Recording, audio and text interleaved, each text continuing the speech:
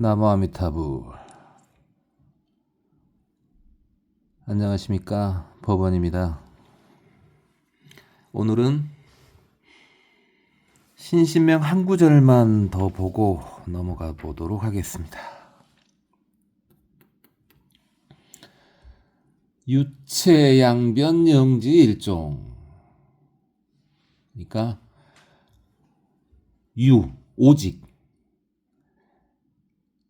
양변에 머물러 있으니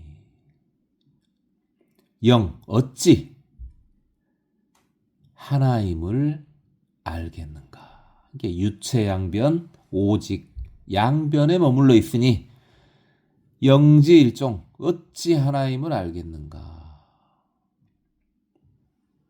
그러니까 한번 생각을 해봅시다. 우리가 생하고 멸한다고 봤을 때 분명히 생하고 멸하죠. 그렇게 보이죠.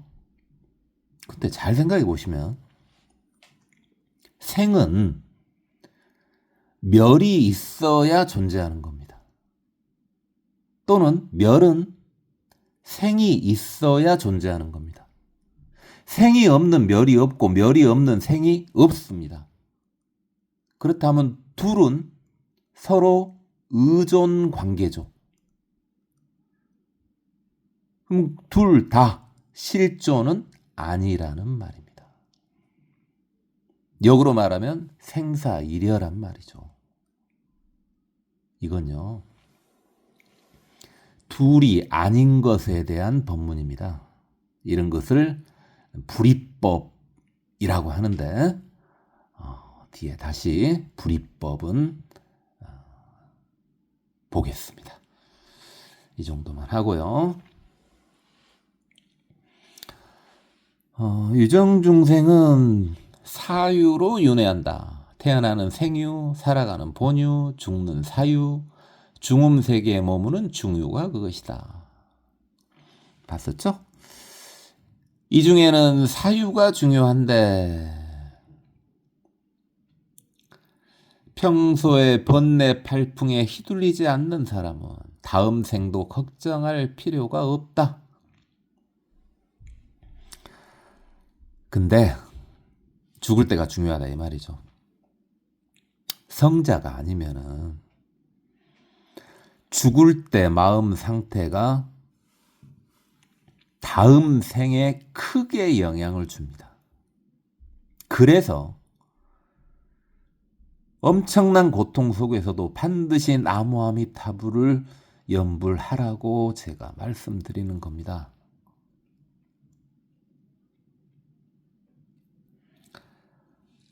계속 보겠습니다.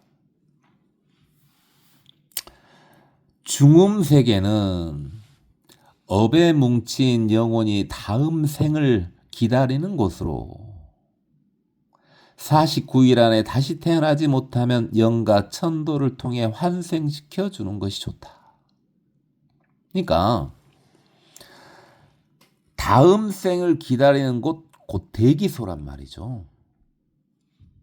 근데 다시 태어나지 못했다면은 영가 천도를 시켜주는 게 좋은데 영가 천도 시켜줄 때는요, 계행이 청정한 스님이나 법력이 큰 스님한테 부탁드리는 게 좋은데요. 물론 본인이 할 수 있으면 더 좋고요. 근데 계행 청정한 분하고 법력이 큰 분하고 둘 중에 하나만 선택하라면 누구를 선택해야 되냐? 계행이 청정한 스님을 선택해야 됩니다. 그 이유는요, 계행이 청정한 스님 곁에는 선신들, 신장님들이 꽉 차 있습니다. 그래서 훨씬 더 영가총도 효력이 좋습니다. 더 좋은 건 분명히 말씀드리건데 본인이 직접 해드리는 게 더 좋습니다. 그 다음에 중음신이 빙의되는 경우가 있는데 대부분이 축생이나 악귀이고 드물게는 천신이나 아수라가 빙의되는 경우도 있다. 중음신이 이제 귀신이죠. 그렇죠? 넘어가겠습니다.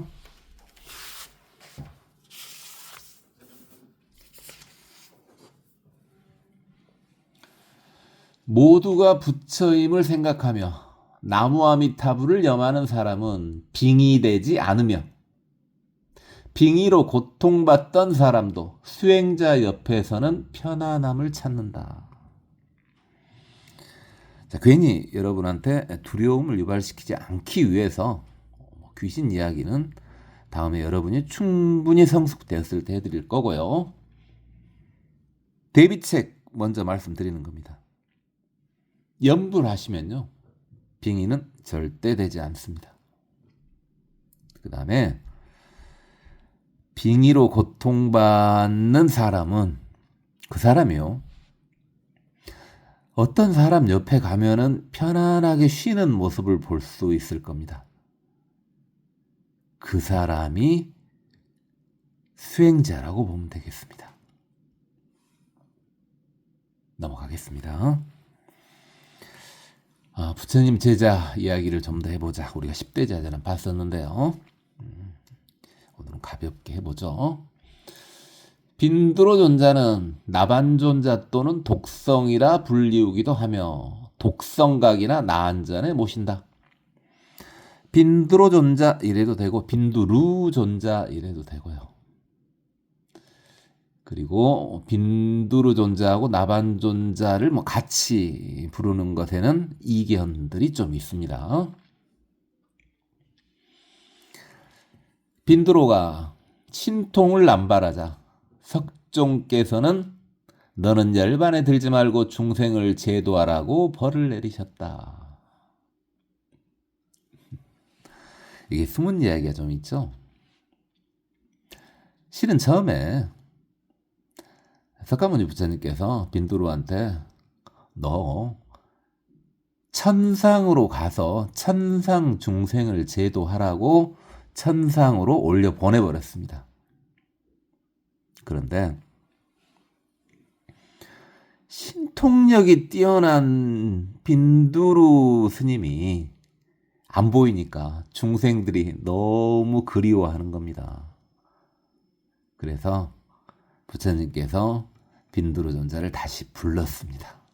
그래 가지고 한 말이 너는 열반 들지 말고 중생을 제도하라. 이게 지금도 살아 계시죠. 열심히 기도해 보십시오. 소원을 들어주실 겁니다. 불교 성자가 신통을 갖게 되는 것은 자연스러운 증상이지만 신통이 끼어들면 인과의 법칙이 깨지는 경우가 생기기에 신통을 자제시키는 것이다. 그러니까 인간계는요, 인간들 수준의 인과의 법칙으로 돌아가게끔 둬야지 그들의 업장 소멸에 더 도움이 되는 겁니다. 그러니까 역으로 말하면 만약에 열심히 기도를 했는데 기도를 안 들어주셨어요. 그것은 더 큰 뜻이 있는 겁니다. 여러분, 업장 소멸을 위해서 그런 것입니다.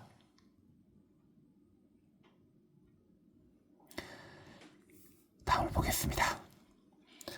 무병제일 장수제일 박구라 존자는 일종식과 장자보로로 청렴하게 사셨으나 중생 제도에 무리하지 않으셔서 무병장수하셨다. 그러니까 이제 이분은 박구라 존자는요, 20세쯤에 출가하셔가지고요 140세까지 사셨답니다. 근데 그 120년 동안 출가 생활 120년 동안 하루에 한 끼만 드시고요. 이게 정오 이전에 하루에 한 끼만 드시고요. 그 다음에 누워서 주무시지 않으셨죠. 근데 중생제도는 뭐 그렇게 신경을 덜 쓰셨는가 봅니다. 그러다 보니까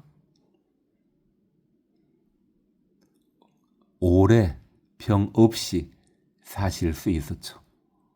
실제로 중생제도는 참 힘듭니다.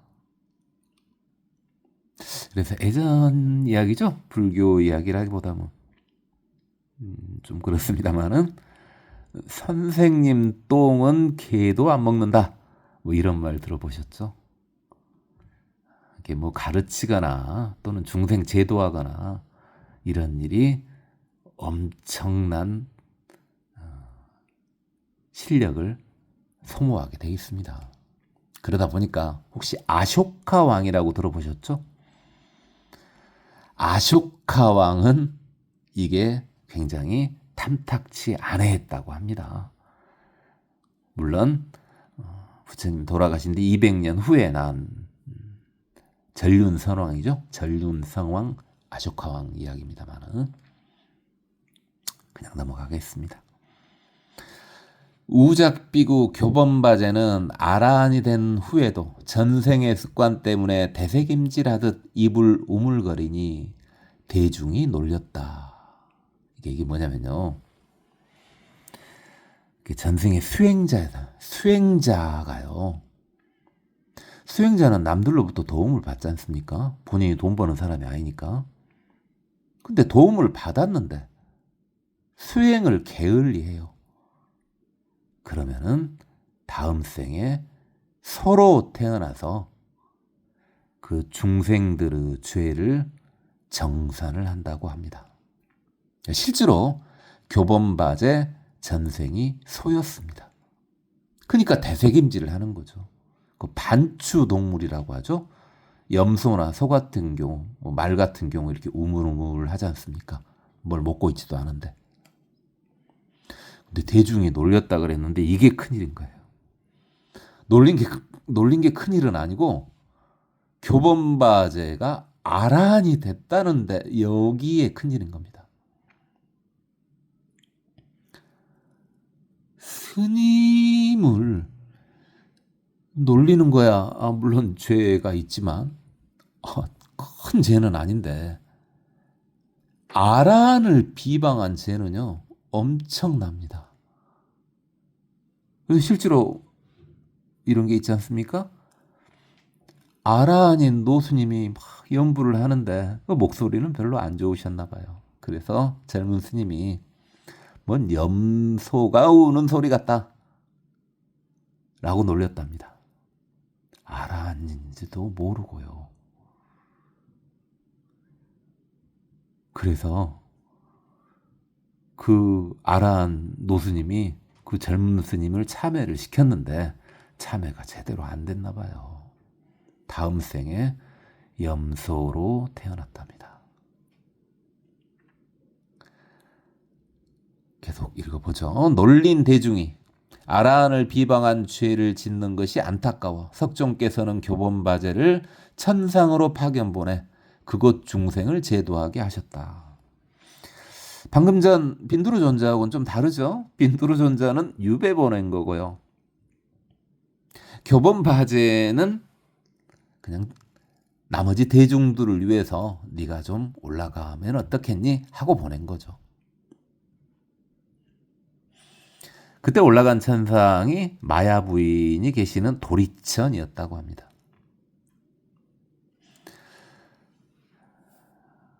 나중에 석종과 사리불의 열반 소식을 들은 교범바제는 슬퍼하며 화강산매에 들어 열반하신 후 수광산매에 들어 물로 변한 뒤 칠엽골에 가서 먼저 감을 알렸다. 이게 무슨 소리냐면요. 당연히 석존의 직계 제자가 일단 사리불이죠. 근데 교범바제는 그 사리불의 제자였습니다. 저번에 한번 말씀드렸죠. 라훌라가 사리불의 제자였다고. 그러니까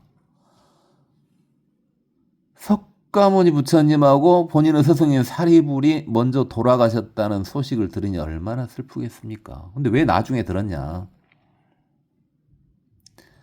마하가섭 스님이요.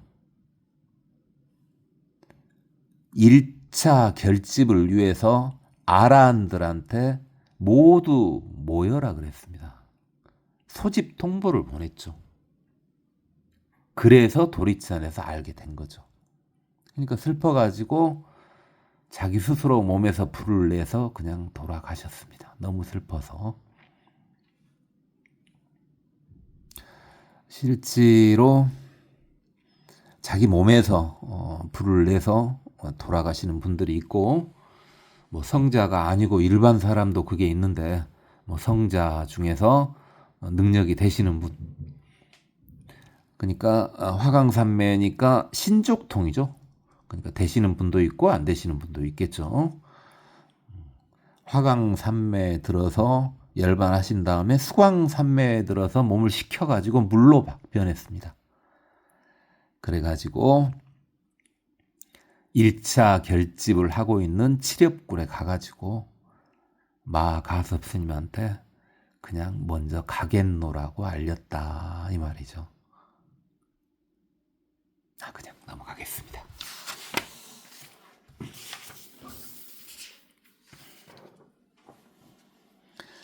한두 분만 더 볼까요? 다라표 존자는 14세에 출가해서 16세에 아란이 되었다. 깨달음은요, 나이하고 상관이 없다는 거죠. 14세, 16세, 지금 중학생쯤 되지 않습니까? 이게 어리든 또는 늙든 깨달음과는 상관이 없다는 겁니다. 이후 아란이 된 이후 대중봉사를 위해 직액승을 자처하였다. 스님들 소임 중에서 손님을 안내해주는 스님을 직액승이라고 하죠. 밤에 손님이 오면 왼손에서 불을 내어 밝히고 오른손으로 손님을 안내하였다. 그러니까 인도 같은 경우는 다른 사람한테는 반드시 오른손을 사용해야 됩니다. 왼손을 사용하면 그것은 모독을 주는 거나 마찬가지입니다. 인도 문화죠. 그래서 오른손으로 손님을 안대하고, 근데 밤이니까 안 보이지 않습니까? 그러니까 왼손에서 불을 냈다 이거죠. 아까쯤에도 화강산매가 나왔습니다만 이런 것이 신족통, 신여의통의 일종입니다.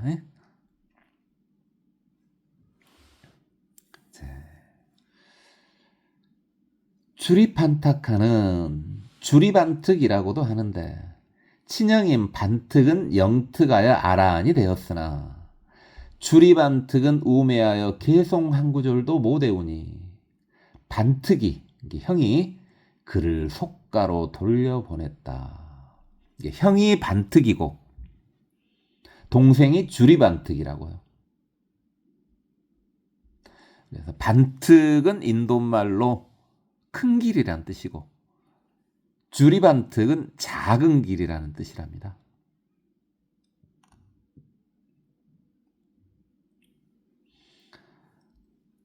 그러니까 쫓아내니까, 형이 쫓아내니까 이제 창피하니까 쫓아낸 거죠. 동생이 그렇기도 하고 또 다른 대중한테 미안하기도 하고 그러니까요.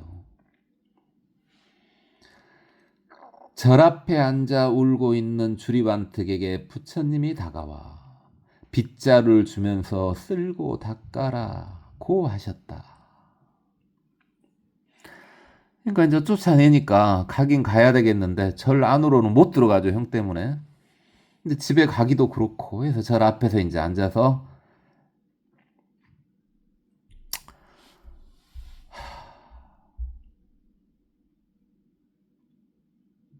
울고 있는 주리반특에게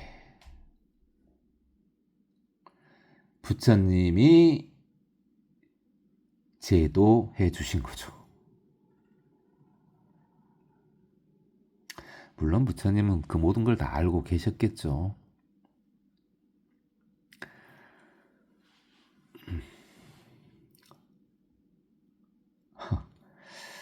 제가 갑자기 멈추단 것은 갑자기 스승님 생각이.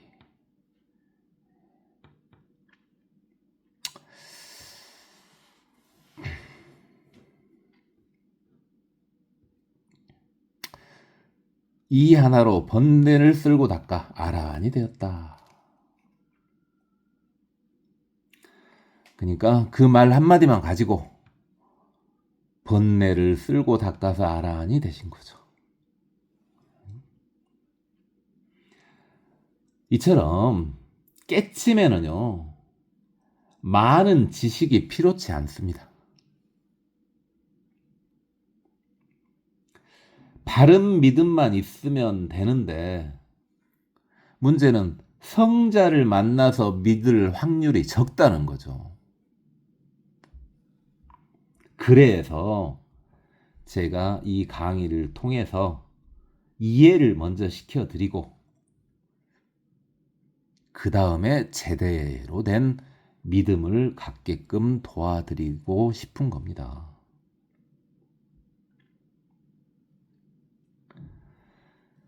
그리고 이제 이 주리반특이요, 아라한이 된지 부처님은 물론 아시죠. 근데 같이 살고 있는 스님네들은 이제 모릅니다. 아라한이 됐는지. 그런데 이제 불과 그 당시, 석가모니 당시에는 부처님은 신도가 스님들을 초대해서 식사를 대접하는 경우가 있습니다. 그러니까 탁발을 하지 않고 초대한 신도 집에 가서 식사를 하는 경우가 있습니다. 그걸 이제 공양청이라고 하는데요. 이 공양청을 할 때 여러 가지 방법이 있는데 그 중 하나가 스님들을 골라서 이렇게 부르는 겁니다. 근데 하필이면은 왕이 불렀는데요. 그 왕이 주리반특만 빼고 전부 부른 겁니다. 그러니까 부처님께서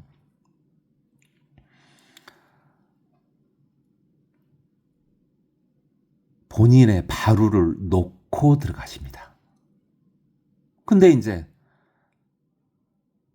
공양 때가 됐는데 부처님이 바루가 없는 거예요. 원래 공양청을 할 때 모든 식사는 똑같이 대접합니다. 부처님이라고 더 좋은 걸 대접하고 다른 스님은 더 안 좋은 걸 대접하고 그런 거 없습니다. 대신 한 가지는 있습니다. 순서는 있습니다. 부처님부터 먼저 드려야 되는 거죠. 그런데 부처님이 바루가 없으니까 나머지 스님도 식사를 못 하시는 겁니다. 근데 나중에 주리반특이 부처님 바루를 발견하고 바루를 들고 성 밖으로 가서, 어차피 본인은 초대받지 못했으니까요, 성 밖으로 가서 손을 길게 늘어뜨려서 부처님께 그 바루를 드립니다. 그제서야 나머지 대중들도 주리반특이 아라한이 된 걸 알았죠. 오늘은 제가 중간에 멈춰서 그냥 여기서 멈추도록 하고요. 다음 시간에 계속 하도록 하겠습니다. 고맙습니다. 법원이었습니다. 나무 아미타불.